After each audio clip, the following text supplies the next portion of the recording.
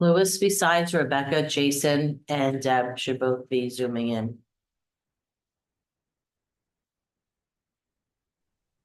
Hello. Hi, Jason. Careful.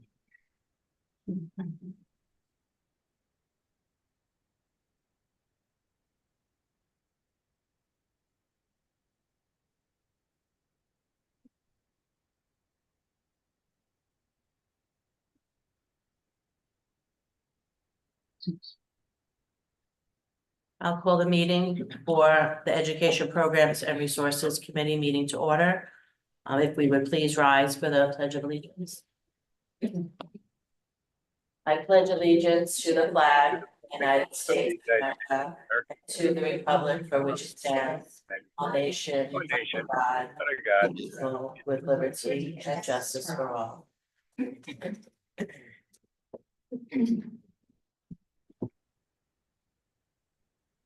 So if you could take a roll call. And Katrina here. Jason Goldstrom, Present. Rebecca Bear,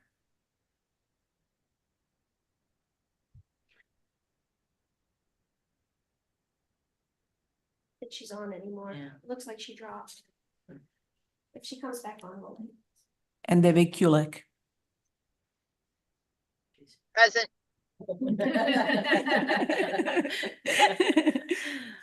Well, thank everyone for coming today. I know it's a different date, so I there's see you, Rebecca. Rebecca. Rebecca's back. Okay, hi Rebecca. Thank you, appreciate everybody joining us this evening. Making a motion to approve the agenda for the October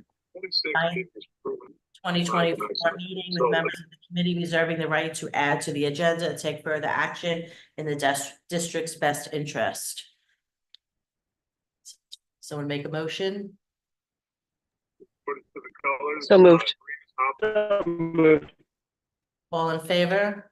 Second. Aye, we're gonna be on delay, I guess. Mhm. Hear all that, okay, thank you. Okay, we're going to make a motion to approve the September 9th, 2024 meeting minutes. So moved. Second. Thank you, Deb, I see it up there. Any discussion? All in favor? Aye. Okay, this evening, we have a few items up for discussion. First, we're going to have Ms. Lori come up and give us her B Alliance update.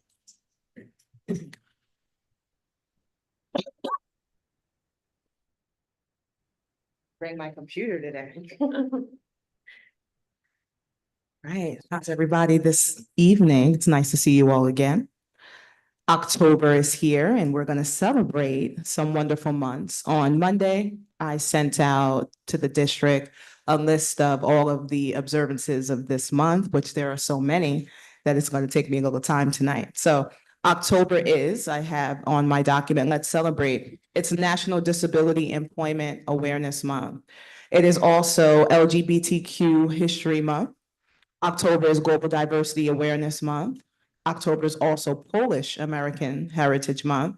And October is Filipino American History Month. So in the document that I sent out to the district, there are hyperlinks that you can click on to be able to see those observances, see how to celebrate them, see when they were created and all of that information so that you can utilize those in your classroom or however you choose to use them throughout the month. On October 2nd to 4th is Rosh Hashanah, which is the Jewish New Year. October 3rd was Latina Women's Equal Pay Day. October 3rd through 12th is Sharad Navratri, the 9-day Hindu festival celebrating the triumph of good over evil. October 4th is St. Francis Day, the feast day for St. Francis of Assisi. And October 4th is also the blessing of the animals in congruence with St. Francis Day. October 10th is World Mental Health Day. October 11th is National Coming Out Day. October 11th to 12th is Yom Kippur.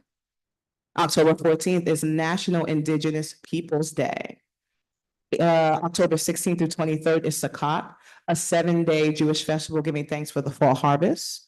October 20th is the Sikh Holy Day, the days the Sikhs celebrate their spiritual guide, Shri Guru Granth Sahib. On October 23rd through 24th is Shemini Atzeret, a Jewish holiday known as the 8th day of assembly. And October 24th through 25th is Simchat Torah, a Jewish holiday that marks the end of the weekly readings of the Torah. On October 30th, we will have our coffee chat that will be determined as far as our date, not our date, but our time, as well as what our topic will be, because we have many choices this month.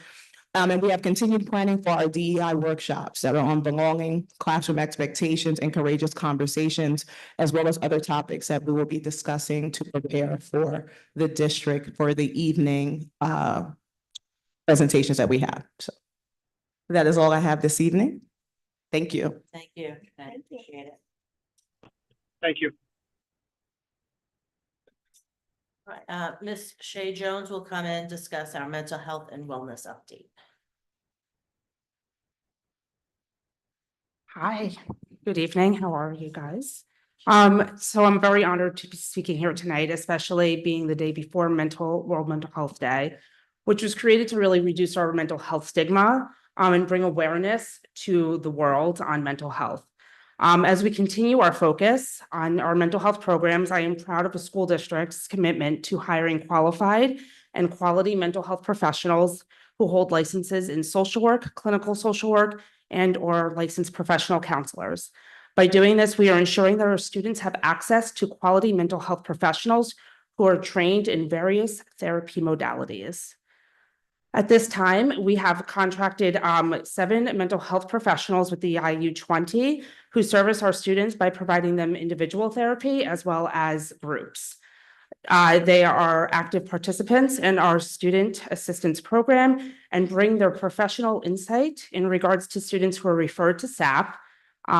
We are looking to contract with 2 more mental health professionals with the IU20 for a focus on our special ed students. And this will be able to, with those 2 positions that we have posted, support all of our students, not just special ed, but it will alleviate some of the numbers from the mental health professionals we currently have that are working with our special ed students, and then allow for more students to be serviced, which would then also help us by allowing us to bill access whenever that child may have access insurance. So that would always be a benefit to our district. We currently are relaunching our attendance consultant process. So I've been working really hard to reduce the barriers for our families to help support students that are having difficulties with school attendance. We have done a relaunch with more specific requirements on our consultants and improved processes put in place. I'm working with the building leadership, truancy case managers, and developing this process and procedures.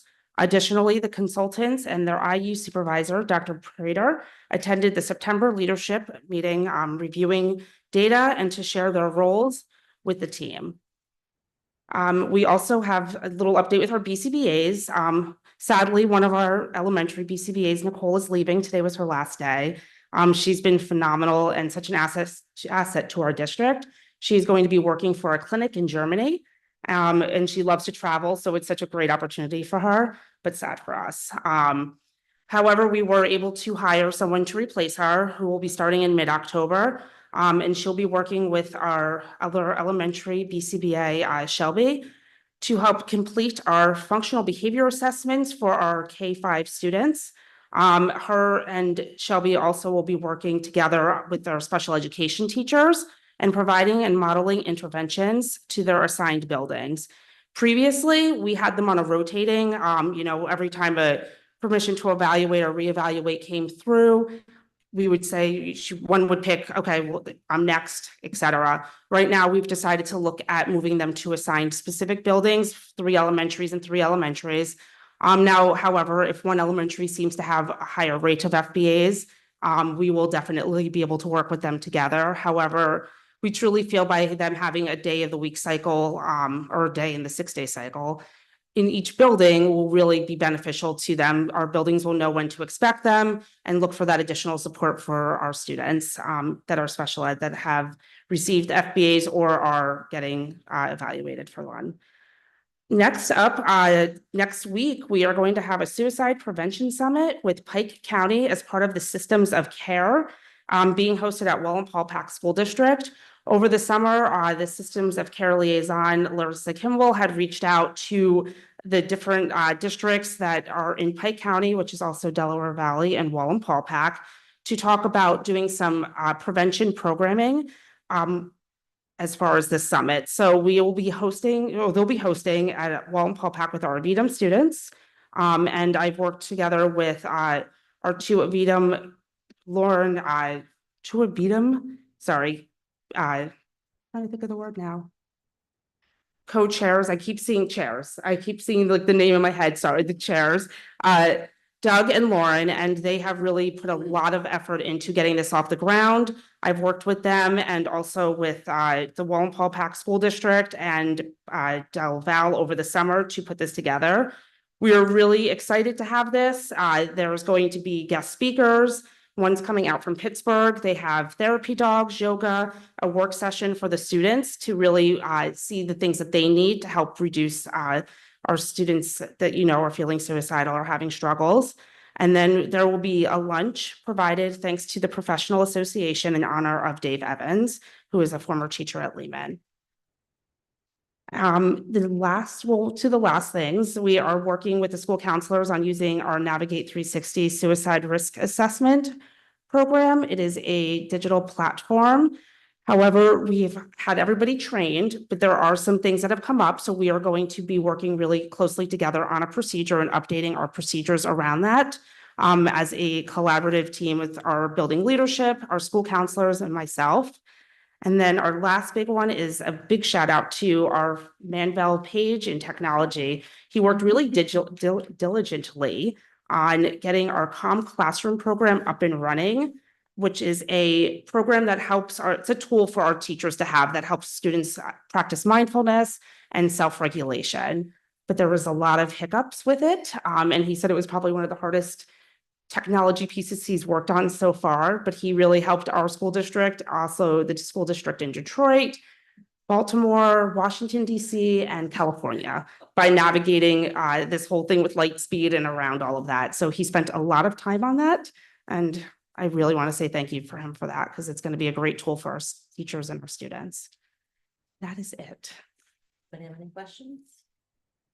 Great, thank you, Shay. Appreciate it.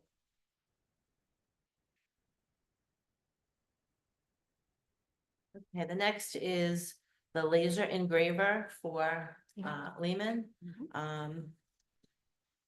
Trinae is back, and Mr. Loris and Mr. Barash, are they? No, neither one of them. I know Brian emailed, I know Joel was not going to be here, which Oh, is why I'm okay, here. okay. And I know Brian wasn't able to be here as well. So I'm here to talk about the laser Thanks. engraver twice in one day. Never been up here twice. This is exciting.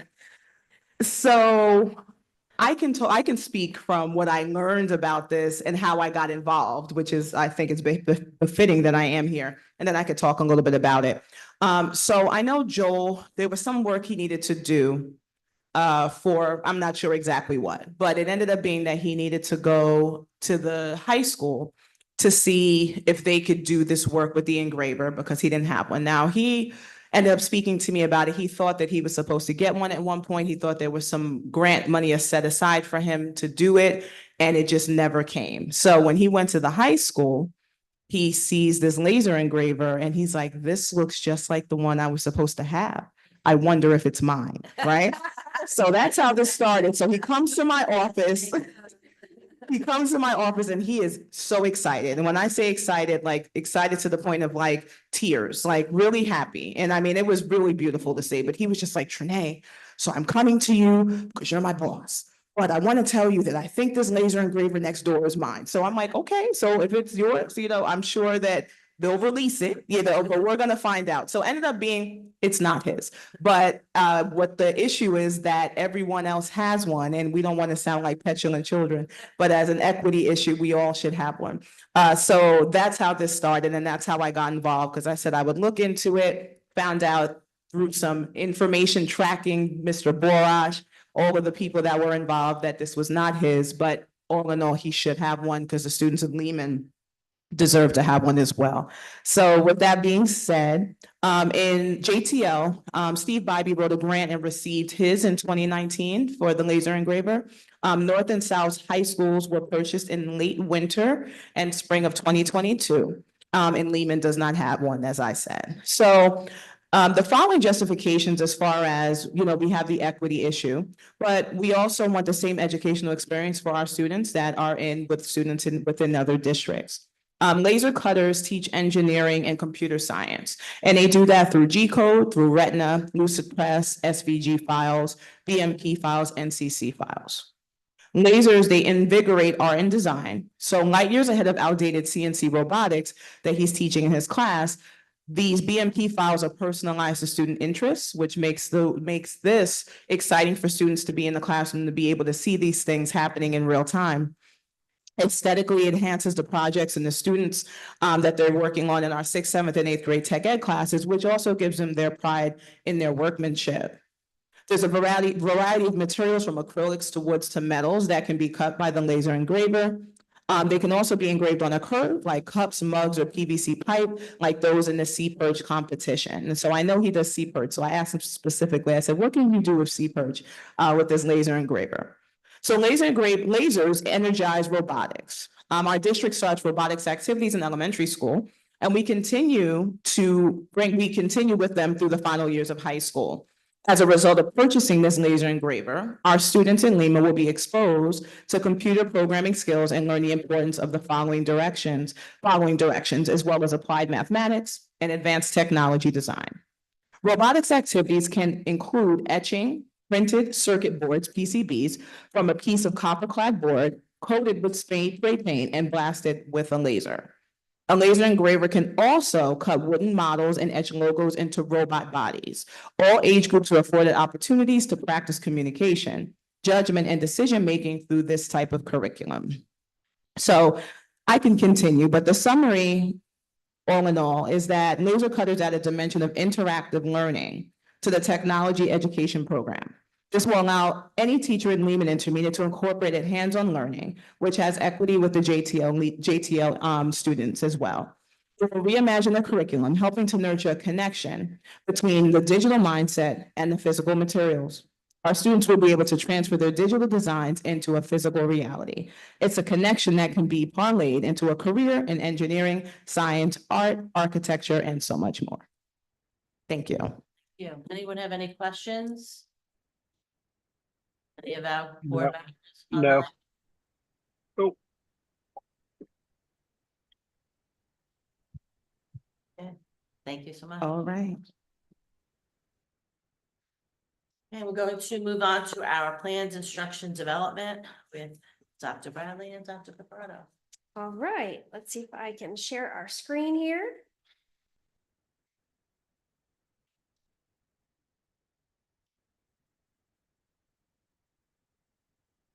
So our viewers at home can see it. Okay, and does that make it bigger? Super. We are excited to talk about alignment. Dr. Bradley and I have been in our post. This is our beginning of our 8th year together. And through a concatenation of events, the alignment between curriculum and policy slipped a little bit. And so we wanted to say, before we start all of these new curriculum initiatives, which we are doing, we're finally going back to what the cycle is supposed to be. We also want to make sure that our documents align with what policy says, and or approach then the policy committee to say, we need some updates so that it matches practice. That's our big, we just want policy to match practice, however that looks. So what we have tonight for you is a primer, if you will, on what the language in the policy says we should be doing, and then what is some of our practice that we're doing and what needs to be aligned to make sure that we are doing things properly.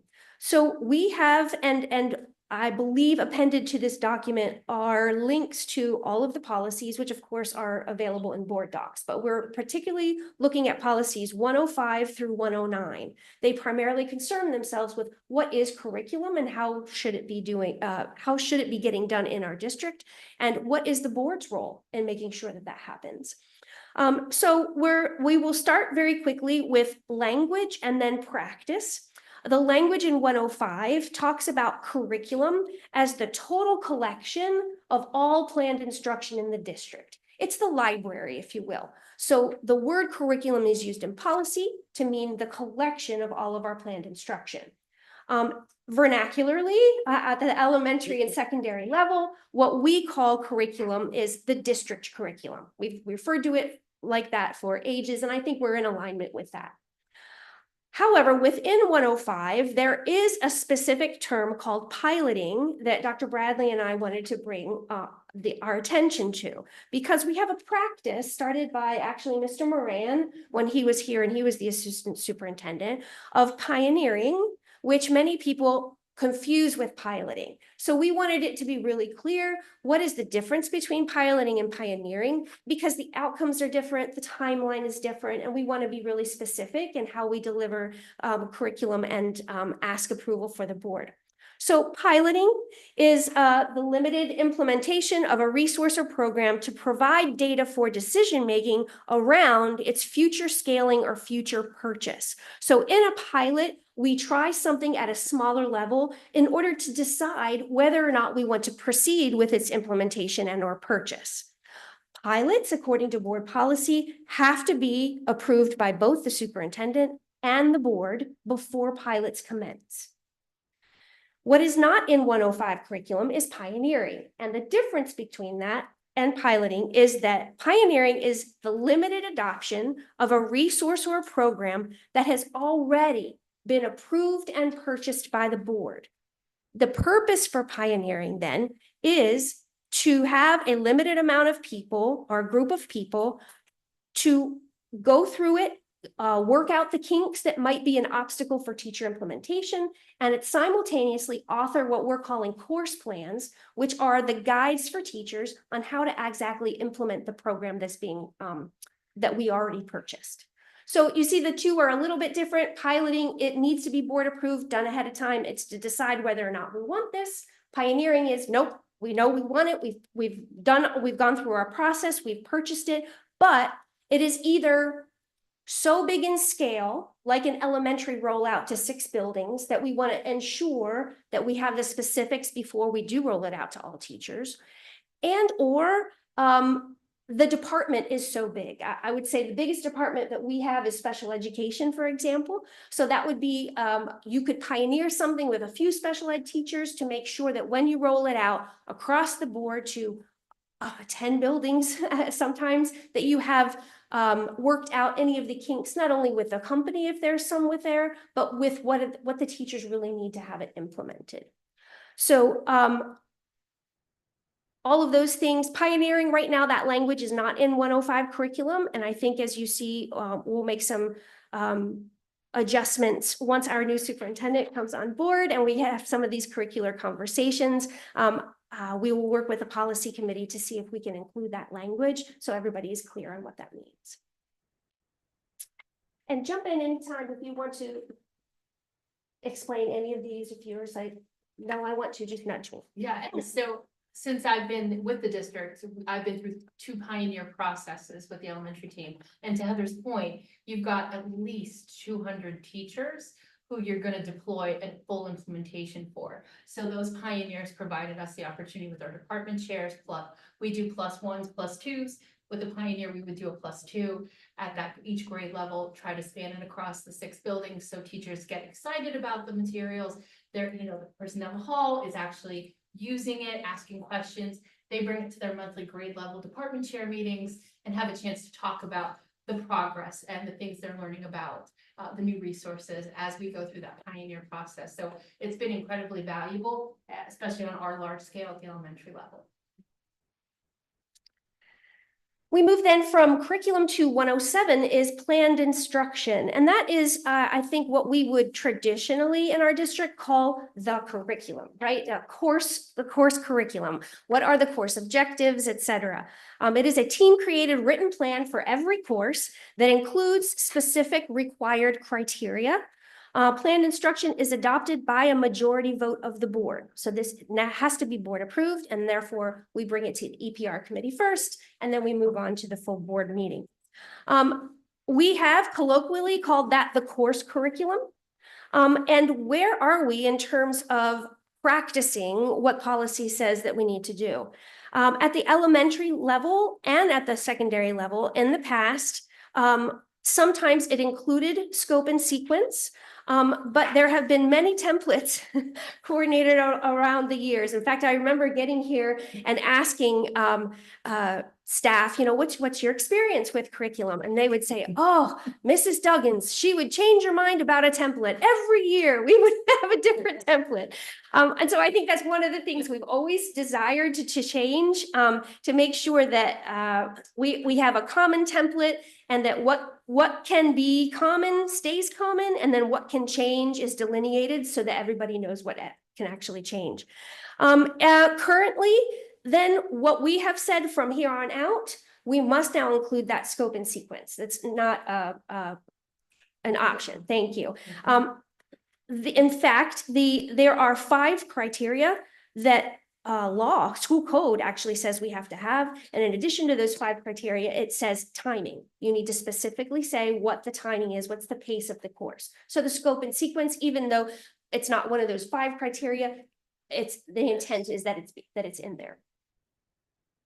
106 is called guides for planned instruction. So in addition to the planned instruction, our policy dictates that teams create written guides to help teachers with the implementation of that curriculum. At the elementary level, as you can see, they have had those and they've been created in the past. They are called course plans. Elementary teachers call them course plans. Every grade level has them. They within them have teacher choice for the students that are in front of them, but then they delineate those areas where teachers don't have choice. You must do this, you must do that. That way principals know across the board as we evaluate the program and implement it, we should be able to know with reasonable certainty that if a student moves from Maresica to Middle Smithfield, for example, in the same grade level, they're gonna have that continuity of instruction. At the secondary level, we have not had course plans as the elementary has. At first we did we never created those. I backed off of that a little bit because what the practice has been is we've included in the course curriculum all of that stuff. So 105, 106, and 107 at the secondary level, what they're accustomed to is creating a curriculum that has everything and the kitchen sink in it, and having that board approved.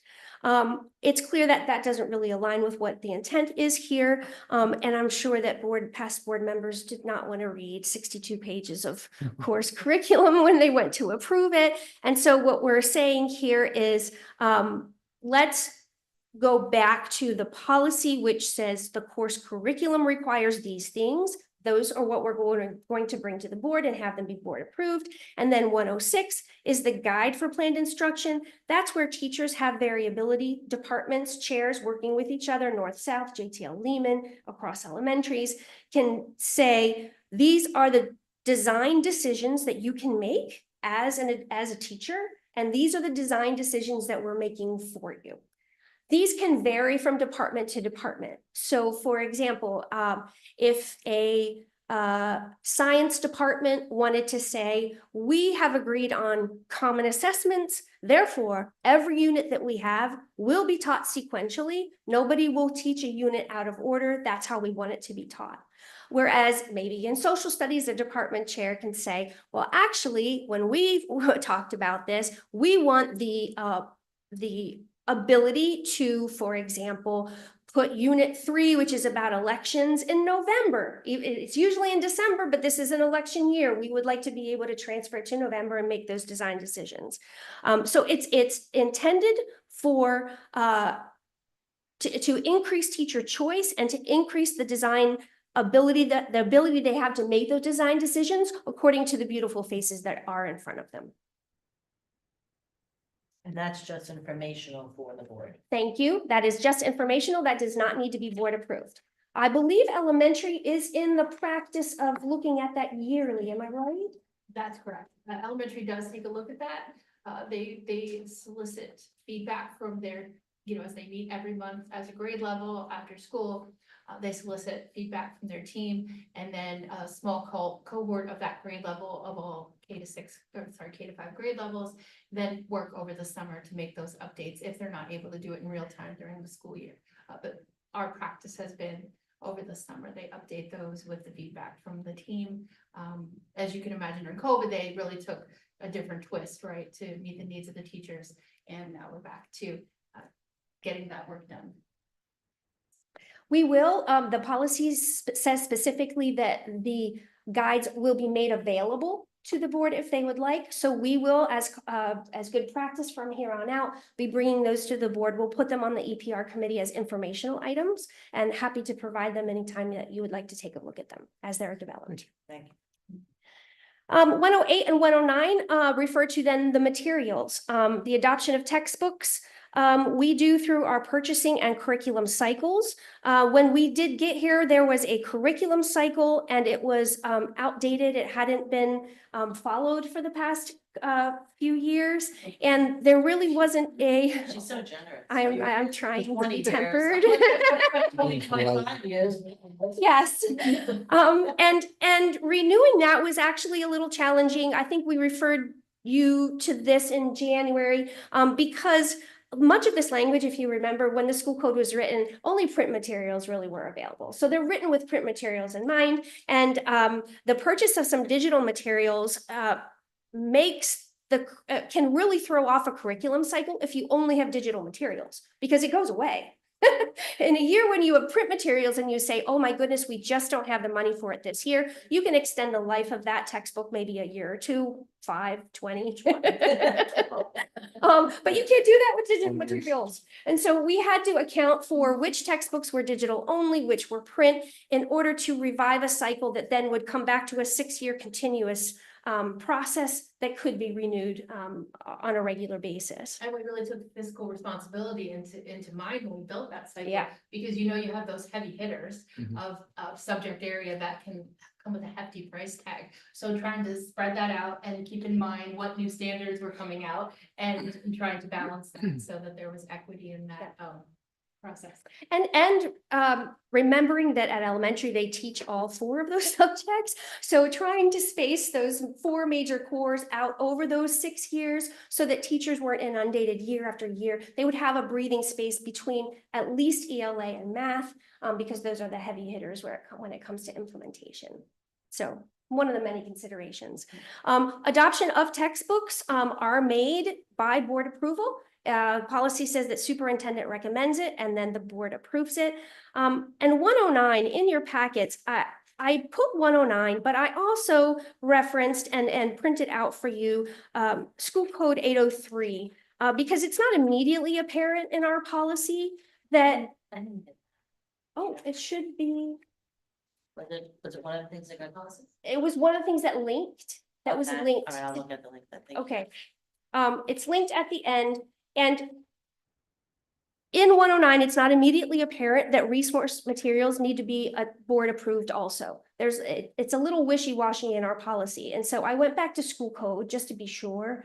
And school code says that resource materials shall be adopted in the same manner as textbooks. So we are reading that as saying that resource material needs to be adopted by the board also. Again, this is a challenge because when this was written, this was print materials that you could get from a manufacturer, from a publisher. Now we have not only digital, but we have teachers who have free access to so many things. And so what we're doing right now is when we go to purchase something, we vet it through the purchasing process. We've used teams of teachers to make sure that things are good. We've included Joe and Diana, Maureen and Sean, our instructional technology coaches, to make sure on the technology end that they are approved and congruent with what we have already. We try not to duplicate resources. Publishers now are trying to stuff everything in their boxes in order to appear more competitive than their opposition. But there are times when we look through them and then say, this is great and we love it for everything, but it's missing a grammar resource. And so we need to go out and get a grammar resource for these grades specifically. So anything that is purchased is vetted, and we're very confident in it meeting our criteria. What we're not confident in is what are those free materials that teachers can access and use in their classrooms. Jason, as a social studies teacher, that is something that we need to be able to do, right? Real time, we need to be able to say, look what happened last night in the news, and be able to reference that in our classroom. But we don't have any language right now in policy that gives teachers guidelines as to what it is that they can use and what it is they can't with the plethora of things that are available to them now. So moving on to moving forward, you'll see some of our recommendations there having to do with 109. First of all, we are saying that all written planned instruction and or course curriculum will adhere to the required criteria in policy 107. So moving forward, we want to be sure that whatever policy says, that's what we do. An updated template to that end has been developed and will be used moving forward. So that updated template has those 5 criteria plus the scope and sequence. Secondly, all secondary courses being revised or written will include course plans as required by 106. Right now, elementary is already doing it. We're going to start that with secondary as we move forward. And then lastly, we are going to begin collaboration with the policy committee. And again, this will be in alignment with our new superintendent and conversations that we have with her team to make sure that we formally align language. And what we mean by that is either policy will match practice or practice will match policy, or policy language will stay the same, but within it we'll say at ESASD, we call it this. So whatever those conversations are, just to be sure that everybody is really clear and using that same language. We've had a lot of conversation about that. The easiest thing, right, would just to be say, well, this policy says this, let's call it this. But there are a lot of years of teachers being used to calling it something, and you've tried to fight that battle, right? Well, not fight a battle per se, but when I came on board, Mr. Moran was 8 years ago, was working to change language of progress reports in lieu of report cards. Well, anyone who is in this room who grew up getting a progress report and then a report card with a veteran staff, that was a challenge, right? So I would steadfastly hold to where it's progress report distribution time. And here I am in my 8th year confessing to you, we're calling it report cards and progress report. It's just a language piece that we tried desperately to change, and folks, just parents, teacher prep programs, they're calling it those things. And so it was kind of an uphill battle. And same with this particular language, prep school, your teacher prep programs are referring to these things as curriculum. I don't, in my experience, I've not heard it called planned instruction. So it's just one of those things. We do have a couple elementary folks who joined. I don't know if they have, when we get to a discussion point, if they have any comments that they want to make on that. But yes, so it can be a challenge when you have a veteran team that has used the same, language for many years and has an understanding of what that means. But we're good soldiers, and if the decision is made to stay with the language of the policy, we'll adapt to that as best we can. And I think one of the most important things in putting this together, and we had our meeting obviously prior to this, is that, I worked here for over 30 years and was a department chair for 12 to 15 years. And I never once read policy. Really, no one, I took my direct orders from whoever was Yeah. my supervisor. And that's what they told me to do, and Yeah. that's what I did. And so we called it curriculum, as you said. Right. Did we ever hear of a, plan guide? No, I was the only one who went crazy that we needed to have a scope and sequence. So, as a department chair. So we know how much work is ahead of us. And particularly, I want to say, on the secondary level, because it seems, our last assistant superintendents were also very much more, geared toward elementary, and then elementary kind of kept running.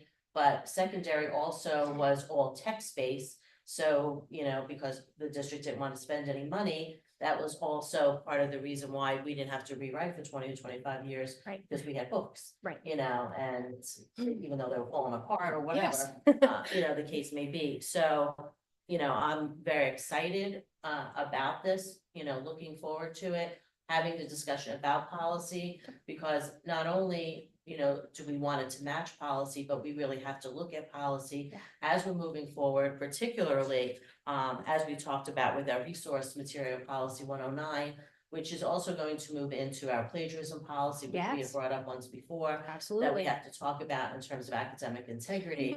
And in every curriculum, as well as in the policy itself, the wording is a little bit different, but it basically says, teachers have discretion to use other resources, and a similar comment is put in policy as well. But now, when that was written, that was when, you were going to look at a magazine or something, Right, a right. journal. But now, obviously, with the, advent of AI, not to mention just even prior to that, all, the internet in general. So we have to set up some sort of parameters, as we're moving forward in terms of those things. And even as one piece I wanted to add to the 109 resource materials, as a department, how we've evolved. So when the purchasing and curriculum cycle was designed, we steadfastly held to, we will not accept any contracts less than like a 6-year contract, right? We don't want these one-offs where we have to remember, oh, this needs to be renewed next year. Like, we held all of our publishers to that standard. But even in the last couple of years, in our conversations in this past year with Mrs. Catrillo, with those resource materials, we're starting to wonder, because as you know, they're evolving so quickly and new things are coming out. And do we really, at least with the resource materials, want to be held to a 6-year commitment when something better may be coming along in the years to come, where we might not want to be committed to 6 years? So that's another layer as well that we've struggled with in terms of 109 and the resources. Yep.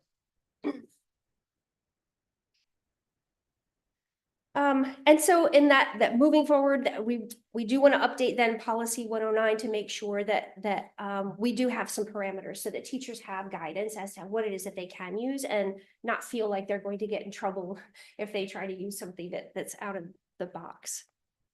Tied to this cleanup then is saying, yay, we're going to finally go back to our curriculum cycle and do what needs to be done. But one of the things that hasn't been done in the last couple of, actually, since I've been here, so that's a decade, is the curriculum process itself. And so when you do renew that curriculum process and do what you're supposed to, it carries costs with it that haven't been budgeted. And I remember when we took these positions, I said to Mr. Moran, hey, look, there's costs here. We authored a sheet and said, we're not exactly sure what they are, but know that when we do this, you need money for this and this and this and this. It's never been needed because curriculum wasn't written. But now we're here. So we also wanted to say, make the board aware, make EPR committee aware that this is our moving forward, our pretty informed opinion of what kind of money we really need to set aside on a yearly basis if we're going to continue the curriculum cycle as it is. So costs included.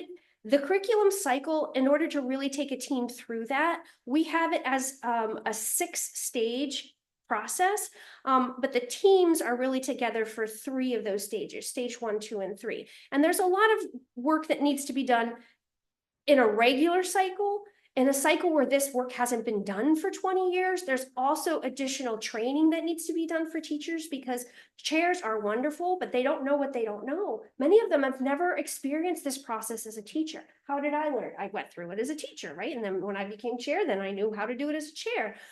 They haven't had that opportunity. And so we included some of that in here too. So in a good cycle, we send teachers to national conferences to remember what best practices are in their field. A lot of us don't have time during the 6 years to always stay current in our field. We would like to change that in the 6 years, but for now, at least, we know in this cycle, if we're going to make recommendations about what courses are best for students, we also want to ground that in what is best practice in the field.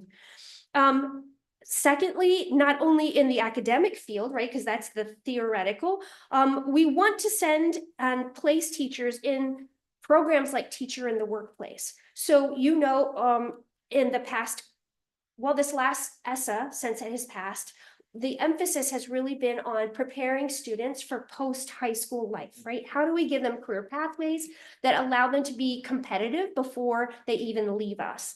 And I often, I'm sorry, Jonathan, if you are listening, my son, but my son is one of those who went right from college into a teaching job, right? He's not had an experience in the workplace that would ground him in what is math like in the workplace. He doesn't know that. What kind of skills are valued by employers, those kind of things. So we are in coordination with Monroe County and hopefully even beyond that scope, hoping to take advantage of Lehigh Valley and those businesses that are down there, and then all the way up Pike and Lackawanna counties, to be able to place teachers in some workplace assignments, either during the school year or during the summer on a volunteer basis, for them to live in an organization and say, hey, how is social studies used in this organization? How is math looked at? What are the skills that we really need to be preparing kids for? So there's some costs associated with that. Of course, course curriculum and course plan, the writing itself, we have costs associated with that.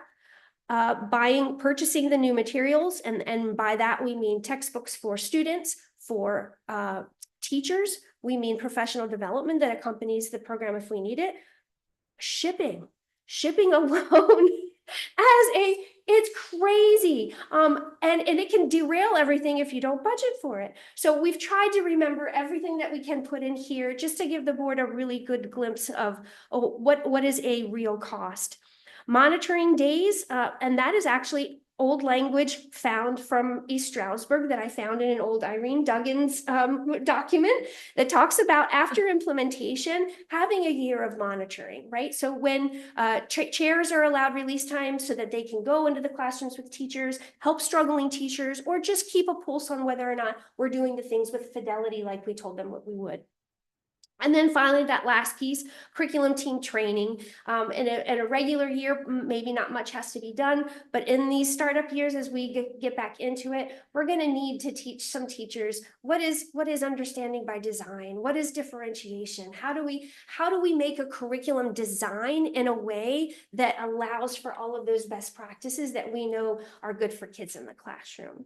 So then projecting, what we did is say probably the highest hitters are the K to 12 years for bigger subjects like social studies and science, and or the ELA and math. We've divided ELA and math into 2 years because they're so big. We don't do a K to 12 purchasing. We do a K to 5 and then a 6 to 12 purchasing. And so looking at one of those higher years, and just projecting with what we have right now, the textbook cost, including those things I talked about, came to about 1.32 million. And all other costs involved in the things that we just enumerated came out to about 98,360. That is at the current curriculum rate of $38. And I believe the contract calls for that to increase during the length of the contract. So this is for this year only, and then those costs could even go up. So just wanted to give you a little peek of if we do this correctly, there's not just a time commitment, but a resource commitment, which the board has been so generous since we've been here to say, if that's what teachers need, then let's figure out how to make that happen for them. I appreciate all the work, and has my vote, needless to say, since I worked under one that was 20 years old. So it's not that the board wasn't generous, it was that it was never brought to the board, Right. given permission to do that. So, but we are, as I say at the end, I think of my report, every month at the board meeting, properties and facilities and obviously finance and all that is very important, but the heart of it is here in education. So Yeah. it would be my hope and desire that, the monetary resources would be put into that. But I appreciate that very much. Any And questions? Anne, how odd is it that we haven't had this committee until 5 years ago? Yes. Yeah, Exactly. Agreed. So, and it's well needed, that's for sure. yes. Yeah. It's the heart of So, what we yeah, do. exactly. And, Yeah. and finally getting a pulse on curriculum, within the committee for sure. Thanks. Anything else? No, I just wanted to verify. So you were looking at that as a K through 12 cost per year is about where you could set. It is, Okay. it's ballpark. In Okay. certain years, depending on, it will be lower right now because we Depends on have Purchasing and 8, stuff. 9 departments writing curriculum. I'm not even sure. We will figure that out. But Big shit. part of the reason why we have so many writing is that Dr. Vituli was placed in a little bit of a hard spot with all that ESSER money. He wanted to be a faithful steward of that, and so he purchased programs really without going through the cycle. But there was a time, he was time bound to make sure good use of that money. And so we're catching up a little bit too on things that we've purchased and now we're writing curriculum, which is again a little bit backwards. But that's why we're in the boat we're in. Thank you. Anyone else questions? And then we're going to move over to our open parachute presentation. Dr. Mary Oshinsky. Hi, good evening, and thank you for having me. So one of my most favorite parts of being the Director of Secondary Pupil Services is that I get to work on mental health programs and social emotional programs to enhance the well-being of all of our students. Because I feel like our district does an amazing job of really looking at and educating the whole child. In 2020, we purchased a program called Ripple Effects to enhance the social and emotional learning of our students. That was bought at a time of COVID and we were using it during Wellness Wednesdays. The contract was up for that this past summer. The company hasn't been great about supporting the program and helping us plan for that. I also think there was some negative association because this was during COVID time. So we set out to kind of find a new program that we thought would meet everyone's needs.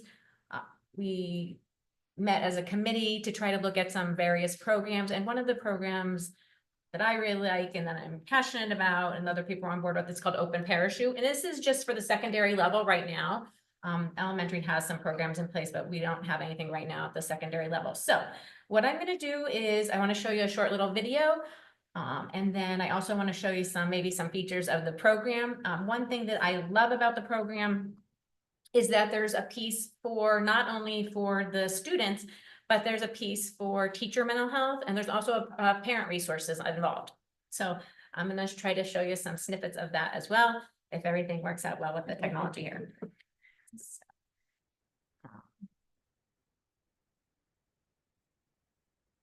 So wait, I just need to, so how do I get, so Do you share your screen?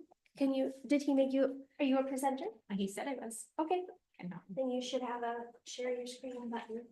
are you in Zoom?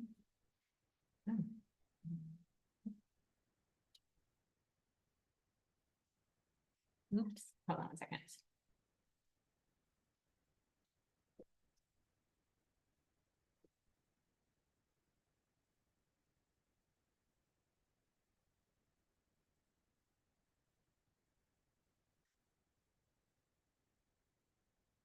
Recording in progress.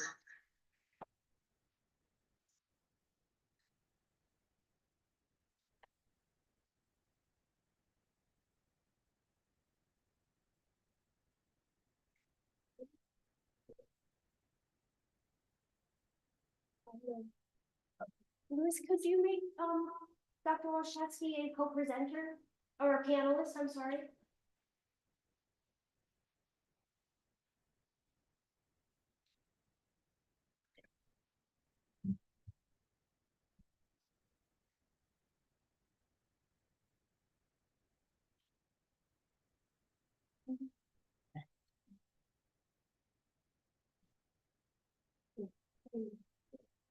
Thank you.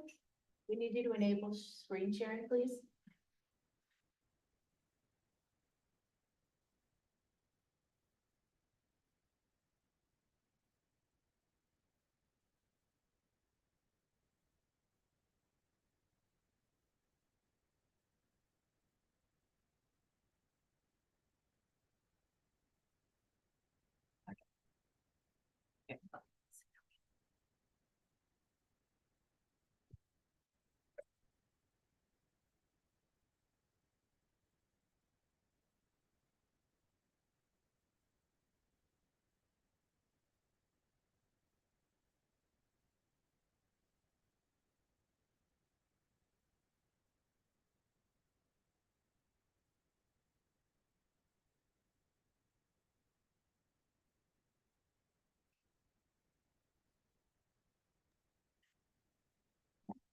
I don't hear anything. I don't know if anybody's just not talking because I just don't know.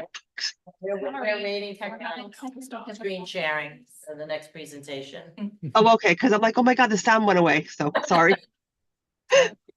Gotcha. Thank you. Okay, so- They was Yep, here I so see early. it's not. All right, so let's see. What's happening is she can't, the The preview of previews. which screen she wants to select to share is coming up with some error messages. Maybe you need to refresh. Did we do that before she joined as a panelist? No, because she didn't have.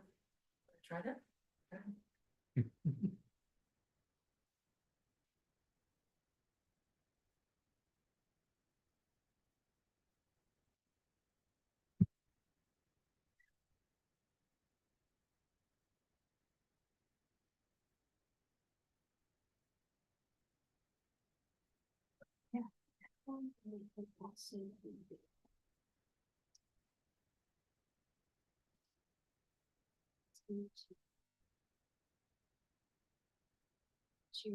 You can click on that email you were just on, that's perfect, because it's like all you have to do is click here. Okay, well, we need to get back to the screen where it says share screen so that we can get those choices on. You need me to get you there? Yes, please.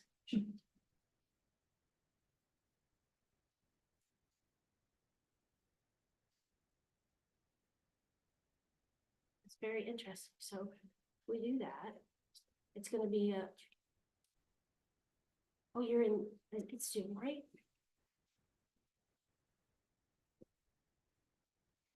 Yeah.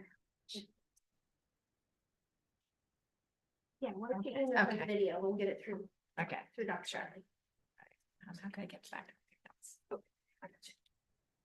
Rethink your swoop. Um,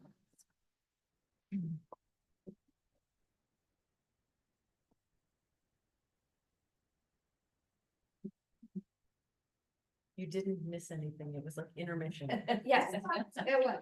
Yeah, well done. Yep.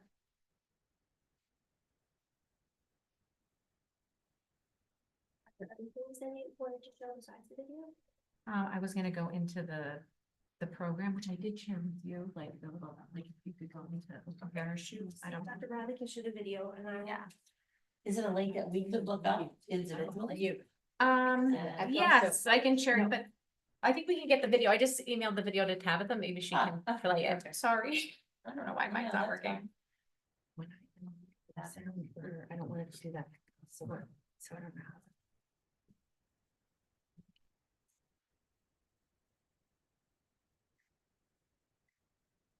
Still traveling. It's what not didn't come. Ready?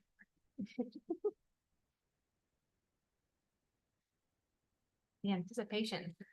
It's gonna be so exciting.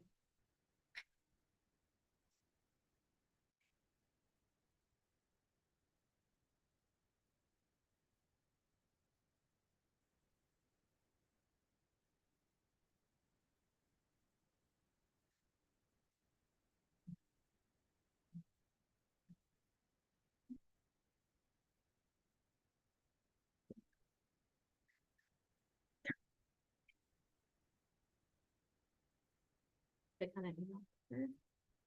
Yeah. So, Oh,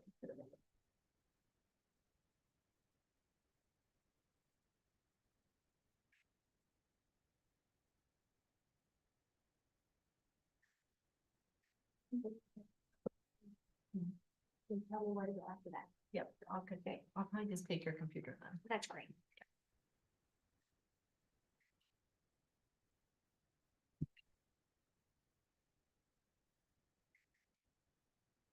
It wasn't the sound.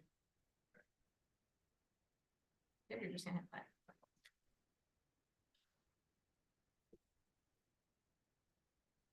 Can you guys hear that? You get the white stuff off.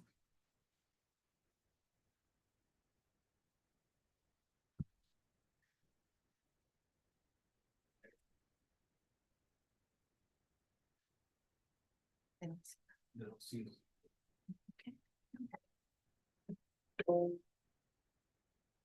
There's stuff going on in my life, but I don't know if I can tell people about it.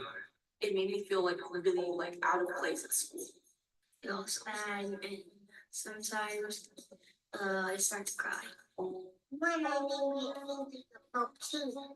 I felt bad towards myself and who I was. I hated my body even, hated how I looked. People just saw me as a victim. Nobody really saw me as who I was before. It's very taboo to talk about it. The first little bully, he threw my lunchbox around. When I don't understand that problem, I get really angry and sometimes I shout at my mom. I was feeling, really depressed and lonely. Like I had no friends and no one liked me.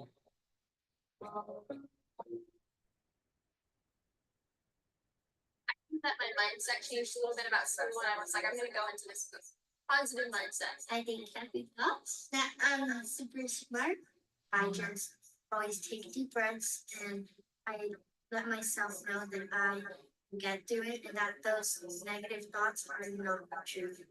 When I do talk about my emotions with people, it helps a lot.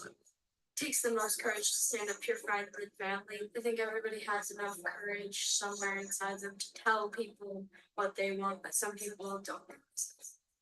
Without being able to reflect, I wouldn't have been able to get here. I used to struggle a lot, and it's nice to say that now I'm okay.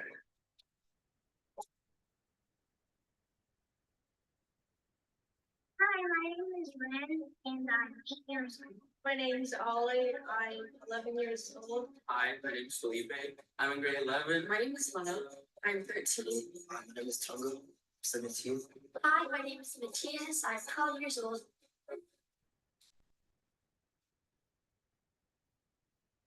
Our aim at Open Parachute is to create generational change by equipping students with the mental health skills they need to make positive choices for themselves and others for their whole lives.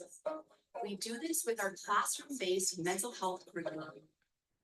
We use peer-to-peer learning by focusing each lesson on a documentary story of a real student, sharing their experiences of overcoming struggle.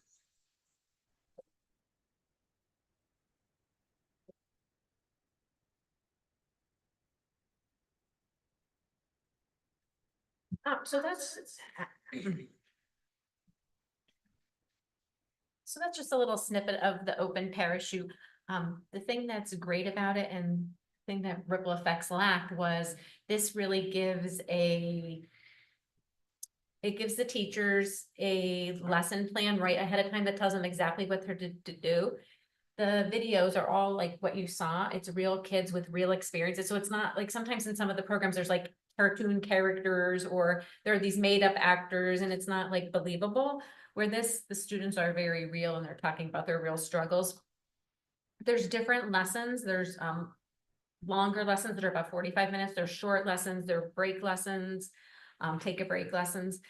The thing I also like I said, is about I'm just gonna see if I can get it up on one of their screens to show you.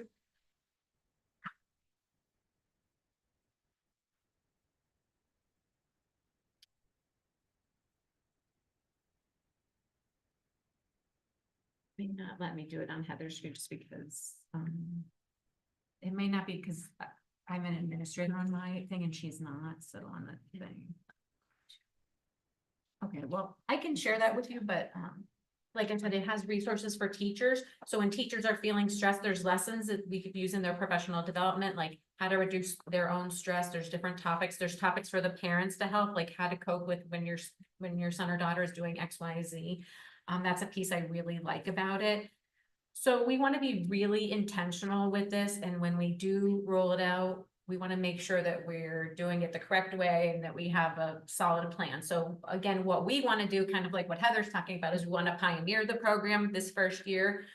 And again, this is right now just at the secondary look at a level. Shay is going to look at it in the future for elementary. But at the secondary level, we would try it. We're still figuring out what the implementation plan looks like exactly, but we are going to do it probably in our 9th grade classes. We have study strategy classes, using it with them. We could also be using it in so this program is made for the MTSS, like tier 1, like all students would get it. But we could also be using it right now, like in our emotional support classes. There's, like they said, there's those little brain breaks where they just talk about little topics of the day. They're only like 10-15 minute lessons. So we can be using it there as well. The creator has come to a couple of the sessions with us to talk to us about it, the psychologist, and she's been wonderful. And what they're going to do is give us a whole like rollout plan. Like they're going to work really closely with us, where Ripple Effects did not do that. They had like a 1-day thing with training with their teachers, but it wasn't enough, where this is really more specific. So they're going to look, one thing that we asked for is, what other districts like East Stroudsburg are using this, and what are their challenges, so they know that what our population is. And so they're going to try to set up an implementation plan that mirrors like our population and what they think is best for us, which I really like and appreciate. So anybody who's interested, I can, unfortunately I can't do it right now. I can send you like a link just so you can look at it they gave me a open. Yeah, if you would send it to everybody, the people Sure. in our community. Yeah, that'd be and then you great. guys can take a look at it and you can go through the different parts of the program and see what I'm talking about more specifically. When do you expect the rollout to take place, the implementation of it? So we're thinking of probably after January, because we want, again, to be meeting with So like the, second semester? yeah, like School? we want to meet with the MTSS specialists, the building leaders, like Ray Lenhart has been involved in meeting with us, and some staff from North. So we want to, really get everybody's input, and we want to make sure that the district leaders, the principals, are all really on board and that they're part of the implementation plan as well. So we've done some preliminary work on that, but we want to really, again, make sure that that's very specific. And So when you pioneer the jump, just want to make sure I'm on the same page. You're going to pioneer the implementation starting in January. yes. So that would be with the 9th grade Yep, classes. the 9th that grade are- classes, and then at intermediate, what they were thinking of doing, because again, we want people to be have people's buy-in, so they would pick intermediate works on teams. So we would pick one, like a lead team teacher. They thought that was the best when we talked to Mr. Lenhart about it. Like, let's pick a teacher at intermediate that's one of the team leaders, and they can be chosen to pilot it. So basically one team on intermediate, 9th grade for high school. Yep. And or the Yeah. emotional support. Well, we would also probably, we would use it in the emotional support classrooms. When you are, just a thought in that implementation, the different aspects of that particular program will, one aspect, let's say if the program be used for the emotional support students, and another aspect be used for regular ed students, do you know what I mean? Or might it be something that So that's the would thing. overlap? Or, Right, so the program has different levels. Like I said, they have 45-minute lessons that are the longer lessons. They also have these shorter lessons. So we're gonna start with the short lessons to kind of get everybody, want to make sure we're getting everybody's buy-in, and they have a whole rollout plan.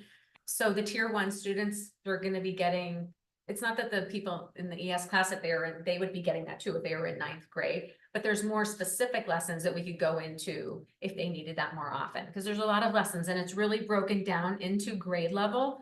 So it goes from K to 12, and they have lessons for each grade level. So and I'm asking these questions Yeah, now, sure, of course. only because it's on our motion later on to recommend the purchase of it, so I figure while we're on it. Yes. Might be smart to ask the questions now. Of where- course. Where we're kind of in it, so the 14,000 is is it from January to December? It's, Or I is it think January it's to for the, I think it's from when, I believe the program is for a year, so. So if we start in Yeah. January, it'd be January to the following December, let's Mhm. say.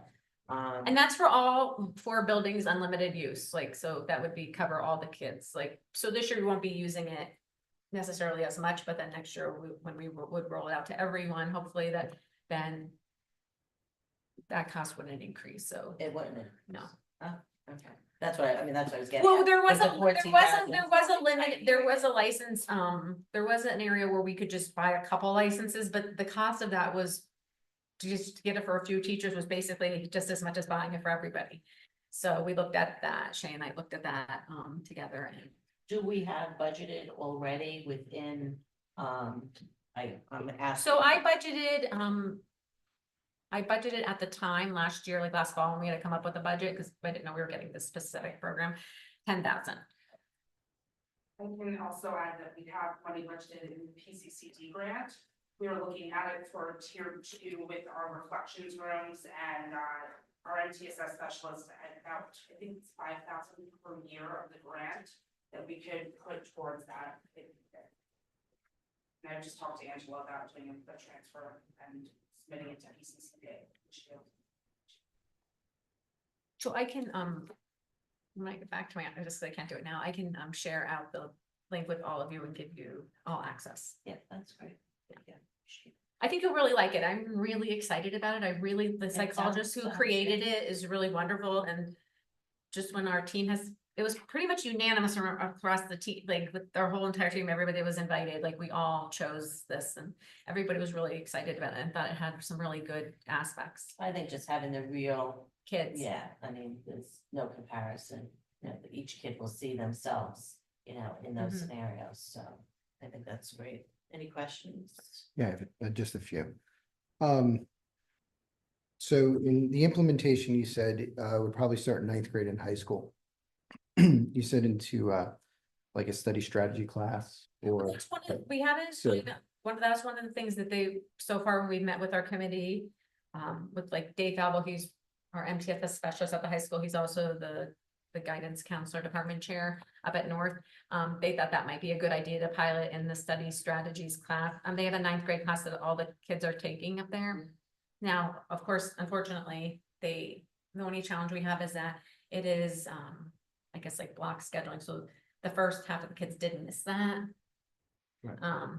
But we, I think it depends north and south, because. I think it is done a little differently, they Yes, told it me. is. So that's Yeah, why, that's why I'm- again, yeah. so there are some implementation challenges that we still have to meet with as a group and get that ironed out. And I can come back certainly when we have our set plan and go over that with you. Would it be a problem if we postpone the approval of it until you send us that, and then you have the implementation plan? Or is that something you need to order now, moving forward in order to do that? I mean, I have access to the program to look at the lessons. I mean, they're really gonna help us. I kind of would want it now only because they're gonna help us really plan for that. So, because I want to really involve the company. Like I said, that the nice thing about them is they are willing to help us and really look at I'm that. not really asking for new funds really from the board in the sense. that you No, already because have the Ripple- 10,000 and 5,000 chase. Right, the ripple effect expired, so we don't have that. That was bought, Dr. Visually bought that, did buy that out of a grant though. So that's expired, we don't have it anymore. So we were gonna use, that's why I set aside the $10,000. So, in the intermediate school, you said you would pick specifically it seems like each intermediate school has their own teams and each specific teacher on that team would be doing that. The implementation of this, like with ripple effects, was 1 day a week. What's the implementation that you see moving this forward? So at the tier 1 level, the same thing, like once a week, one Okay, lesson a week for the So regular. year. junior high would be that. Now in high school, after they get past 9th grade, where do you see that then being put into? Well, for that's the one of the students to things we want to continue? talk about, because one of the challenges that we have with ripple effects is that, and this is why we want to make sure that we roll it out very specifically and have a very planned implementation, is some of the teachers didn't feel comfortable with ripple effects. Because of some of the content. Again, the thing I like about this is this company gives a very specific plan of what they're supposed to do. And then it has like tickets out the door. There's also checks built in for implementation fidelity. So there's a lot of monitoring that goes on. And I feel like a lot of support provided by the company to make sure that the teachers do feel comfortable with it. That's why we talked about doing this pioneering year and also starting with the shorter lessons rather than the 45-minute lessons.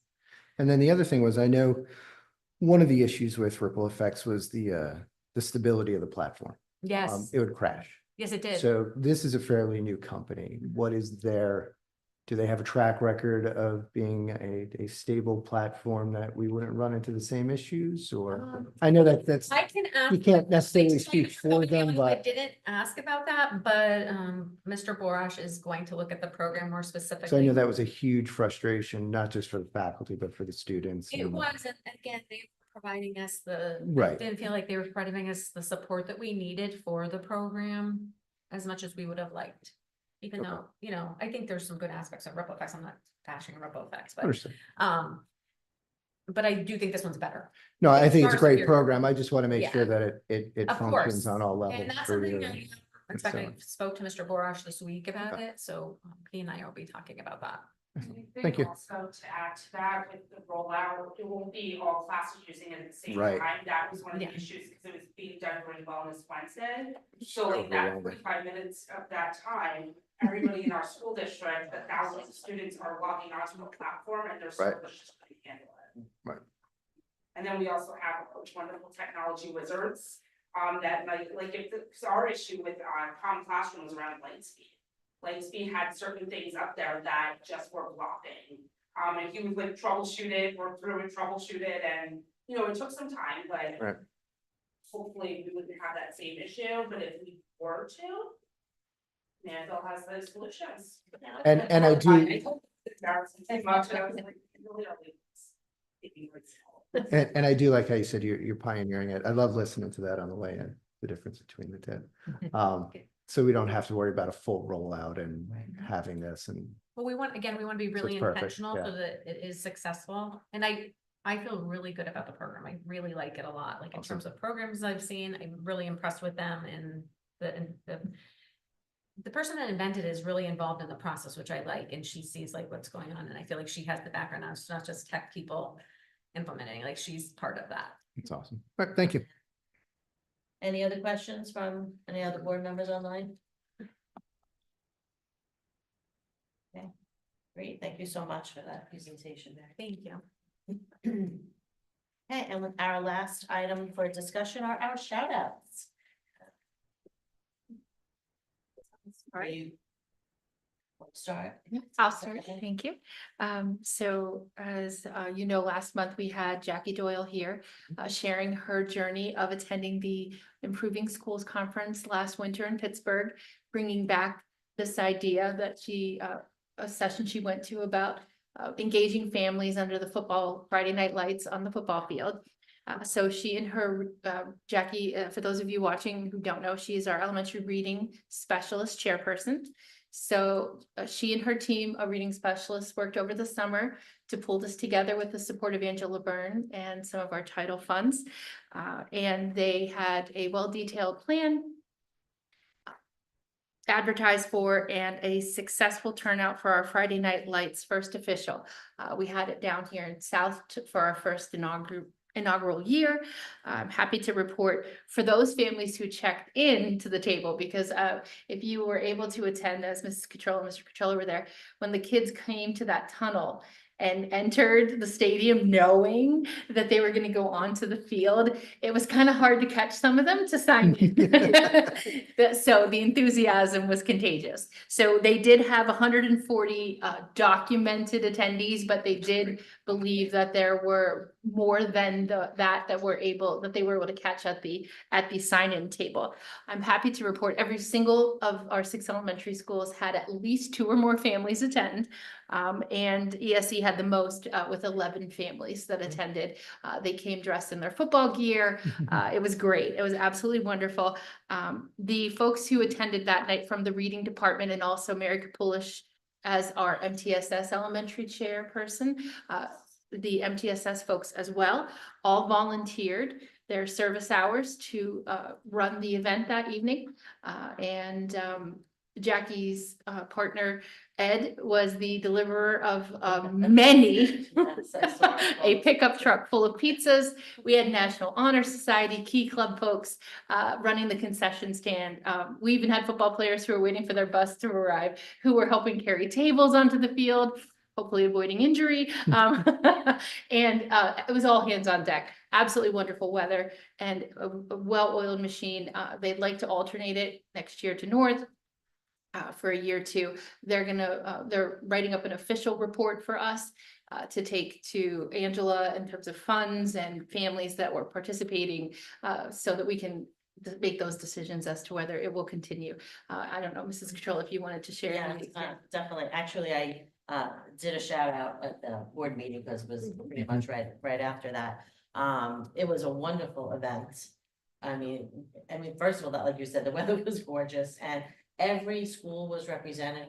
I mean, and the amount of teachers, paraprofessionals, spouses, students, both North and South, the mascots, North and South, you know, that were there. When you think that this is a Friday night and the amount of people who volunteered their time for families, you know, to increase of literacy, the things that, you know, the whole table full of books for kids to come and pick 2 books for free.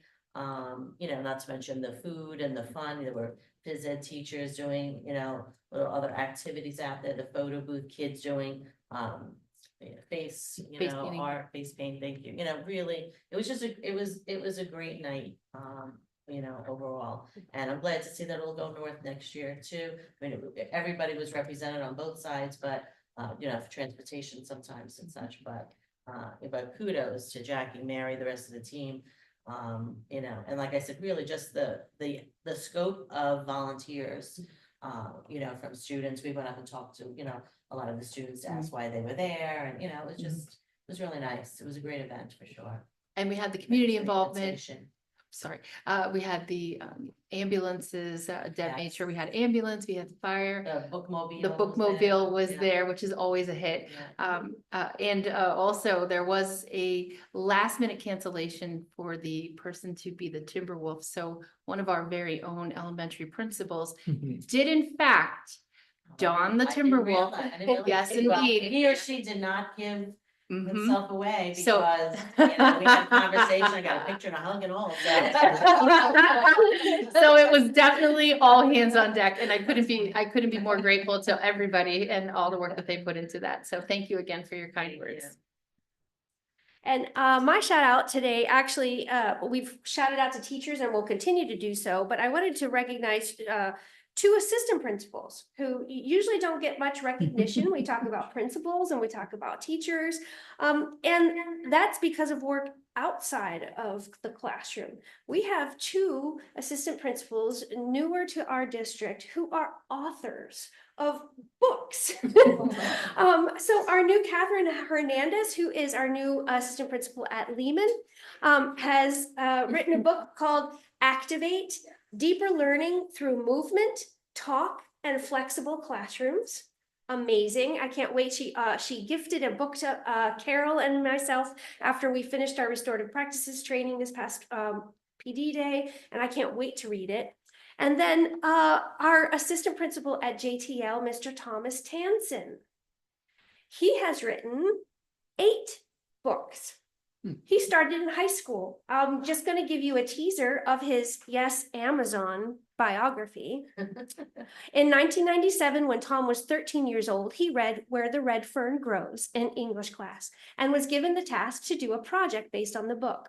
Tom and his best friend wrote a play based on the book, and then a group of their friends performed it for English class. Their teacher enjoyed it, told Tom and his friends they should try to write a book. It was the challenge that would change Tom's life forever.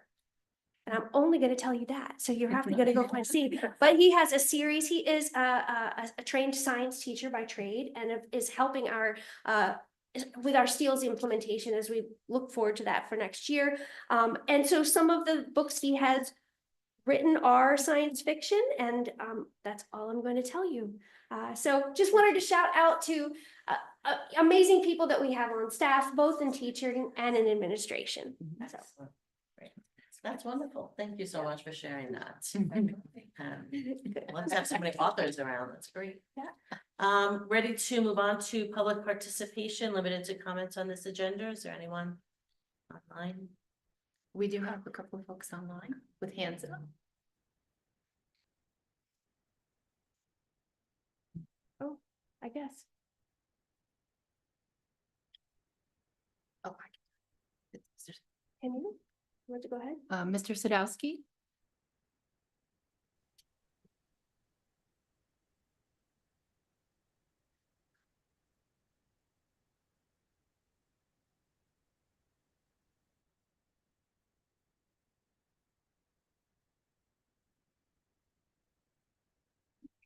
Mr. Sadowski, can you hear us?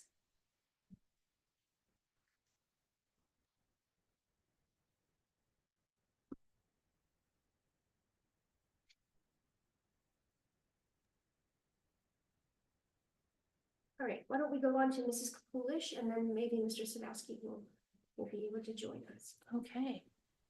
Good evening, everyone. Can you hear me okay? Yes. Yes. I just wanted to thank everyone. You guys are awesome. Your presentations were amazing. Dr. Bradley, I want to thank you for the shout out for Friday Night Lights. It was a great night, and I want to also thank Ann Catrillo and anybody else who was there on the board for attending that evening. I wanted to also circle back, Dr. Bradley, to your comment about progress reports. In elementary school, we do use progress reports halfway through the marking period. That coincide after that, obviously, with our regular report card. So I just wanted to clarify the differences there for elementary. Gotcha. Thank you, Mary. You made my point. Thank you, Thanks, Mary. And also, Dr. Bradley, you're great at technology, so way to go. Thank you. You're great at Technology, you got us up and going. Oh. Way to go. Oh, thanks, Mary. Mr. Sadowski, he has his hand up.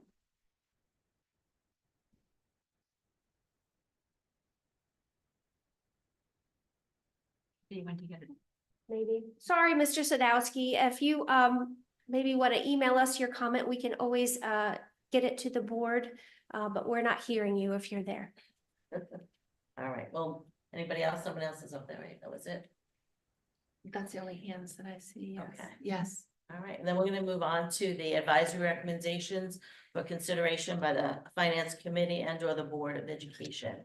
The first one is we have a motion to recommend for approval the purchase of NWEA diagnostic assessment for grades 6 through 8 in the amount of $9,940, replacing HMH growth measures. This is fully funded by the 24-25 Curriculum and Instruction Department budget. So moved. Second, Debbie. Any discussion? All in favor? Aye. Aye. The second motion is to recommend approval for the purchase of a laser engraver for Lehman Intermediate in the amount of $15,701, fully funded by the 24-25 Technology Services Department budget. So moved. Second.